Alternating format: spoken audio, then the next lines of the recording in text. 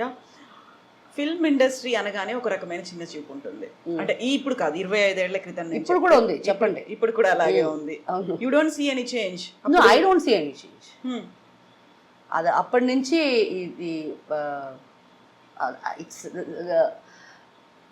Ocean. Cinema industry is ocean full of dirtiness, full of nepotism, full of corrupted people. ఏ మంచి వాళ్ళకి correct అయిన work రాదు. ఏమి ఇక్కడ హీరోయిన్స్ లేరా? తెలుగు అమ్మాయిలు తక్కువ ఉన్నారా? తమిళ అమ్మాయిలు తక్కువ ఉన్నారా? ఎందుకు తెచ్చుకుంటారు మీరు బాంబే నుంచి?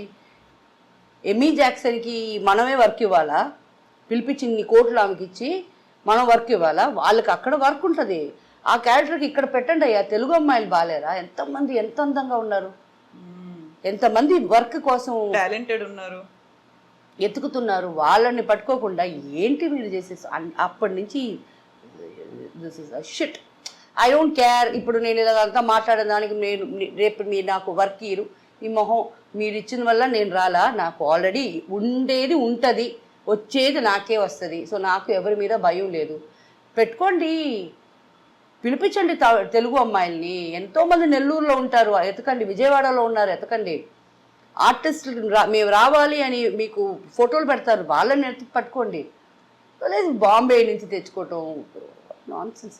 అయితే మీరు చేసినటువంటి మూవీస్ కావచ్చు, ఆ టైంలో మీకు ఉన్నటువంటి ఒక ఇమేజ్ కావచ్చు, ఆ నేపథ్యంలో ఇంట్లో ఫ్యామిలీ మెంబర్స్ ఏమో పర్లేదు కంటిన్యూ చేయమని చెప్పారు because you are getting money అనేది. మీ చుట్టుపక్కల ఉన్న వాళ్ళు లేకుంటే మిగతా వాళ్ళు ఎలా చూసేవాళ్ళు మిమ్మల్ని ఆ టైంలో?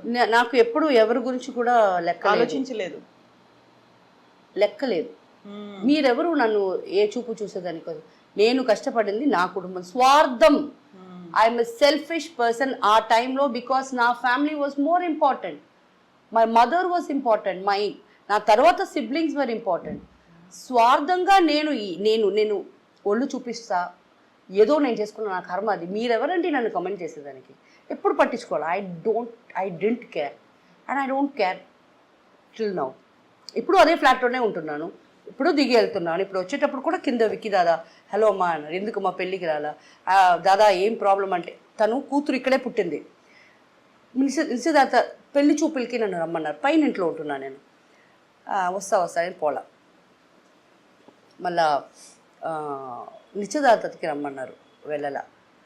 పెళ్ళికి నేను బ్యాంకాక్లో ఉన్నా. తర్వాత తాళి ఏదో 3వ రోజు ఏదో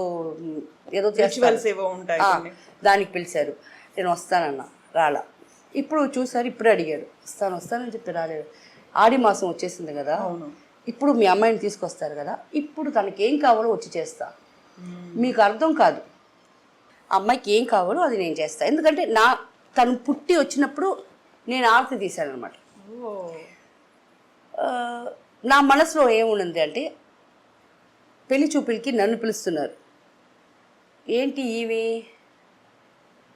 ఈమె అంత క్లోజ్గా ఈ అమ్మాయితో ఫ్యామిలీ ఎందుకు అనుకుంటారు? ఎందుకు వాళ్ళని ఆ క్వశ్చన్ వాళ్ళ మైండ్లో వచ్చేదానికి నేను కారణం. అమ్మాయి మంచి బంగారు బిడ్డ, బాగా చదువుకుంది, స్కాలర్షిప్లో చదువుకుంది. ఇది ఇప్పుడు నేను మేకప్ వేసుకొని నగలు వేసుకొని వచ్చి నా సొంత వాళ్ళే మనల్ని పిలవలా. ఏదో ఒక మాట సామర్థ్యం నన్ను పిలిస్తే నేను వెళ్ళి కూర్చుంటే ఏమవుద్ది?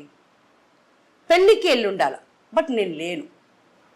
ఈ తాళికి ఈ రిచువల్స్కి అంతా నేను already I'm not married.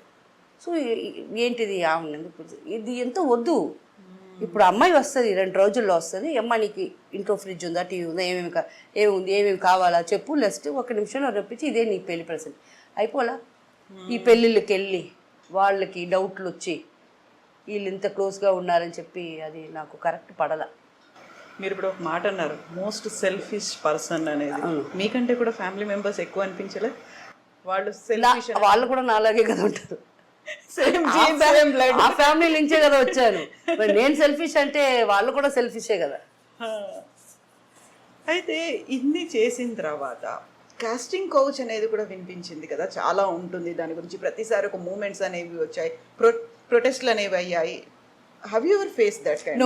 No I wish నాకు ఒక ఛాన్స్ దొరికింది. ఎవడన్నా నన్ను అడిగి ఉండాలి, ఏం చేసేవాళ్ళు? అయ్యో ఎలా కొడతానో తెలీదు.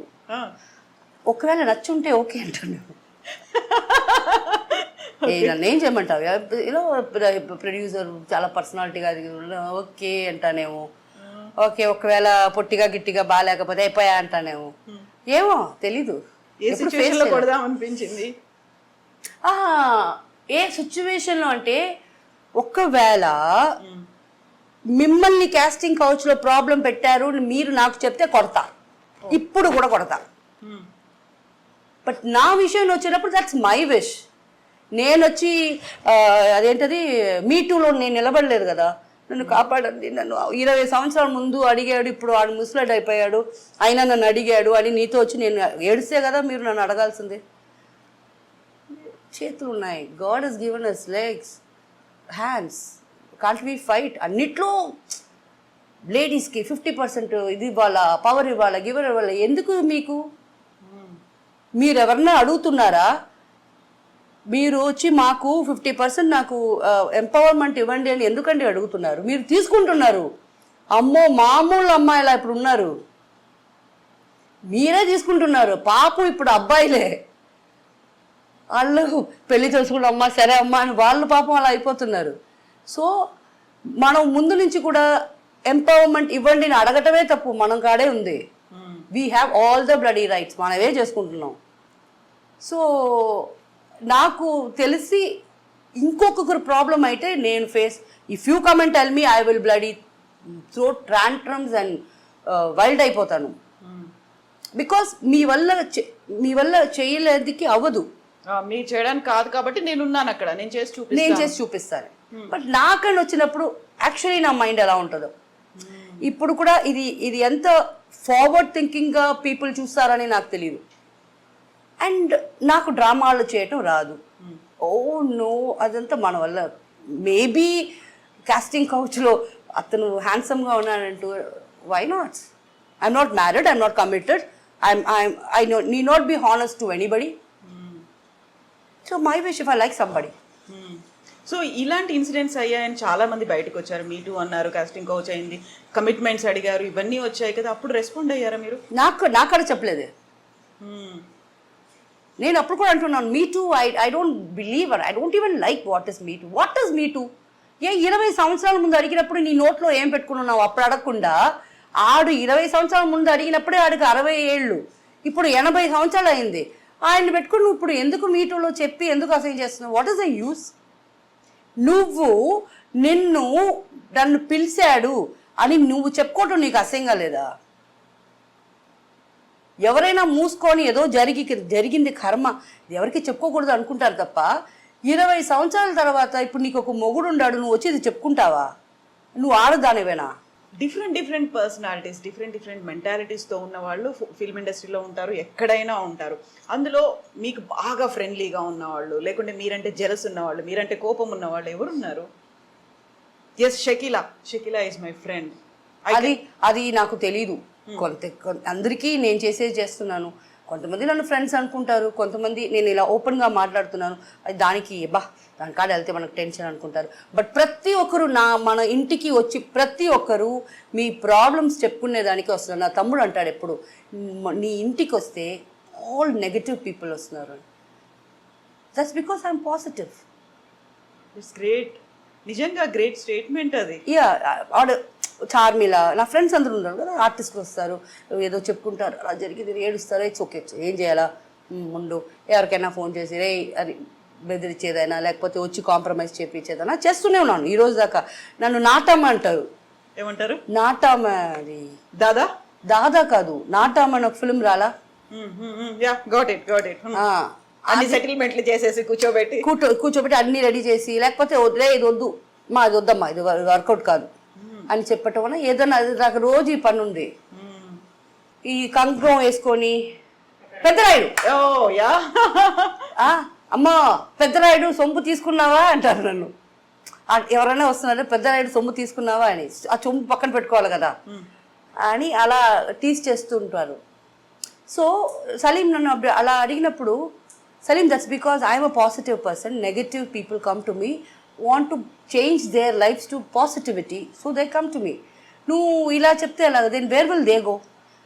అందరికీ చెవులు ఉన్నాయి, అందరికీ నోరు ఉంది, ఎంతమంది లిసన్ చేస్తున్నారు? ఒక కష్టం, ఒక మంచిది, ఒక చెడు, ఒక ప్రాబ్లం ఒక చెవుతో వింటారా? ఎవరన్నా మన ప్రాబ్లమ్స్ వింటారా అని ఒక్కరైనా ఉండాలి కదా. సో నేను అక్కడ ఇనే పొజిషన్లో ఉన్నా. I will listen. I have నా ఫ్రెండ్స్ అందరూ అనేవనేది నీకు ఎంత ఓపిక తల్లి అంటారు. That's okay. 2 చెవులు ఉన్నాయి, పోతే పోనీ. చెప్పుకునే దానివల్ల ఆమెకి మనసు భారం తగ్గిందంటే దానికైనా మనం చేసుకునే పుణ్యమే ఏమీ లేదు. సో అందువల్ల కొంతమంది నేను టక్కని ఇది వద్దు, ఇది సరిపట్టరాదు, వద్దు, వదిలే అంటే వాళ్ళ కోపం వచ్చి వెళ్ళిపోతారు. సో ఎంతమంది నన్ను ఫ్రెండ్స్గా తీసుకుంటున్నారు, ఎంతమంది నన్ను ఫ్యూగా చూస్తున్నారు అనేది వాళ్ళకే తెలియాలి. అయితే ఇంత స్ట్రాంగ్గా ఉన్నటువంటి షకీలా గతంలో సూసైడ్ చేసుకున్నారు, షకీలా ఇస్ నో మోర్ అనేటువంటి న్యూస్లు ఎందుకు వచ్చాయి అసలు? అది వస్తాయండి ఇప్పుడు కూడా. అది ఏమో నాకు తెలియదు. నాకు క్యాన్సర్ వచ్చింది ఏమో, మంచిదేలే. అప్పుడప్పుడు నన్ను గుర్తు చేస్తూ ఉంటారు, లేదురా నేను బాగానే ఉన్నాను అని చెప్పేదాన్ని. That's rumours.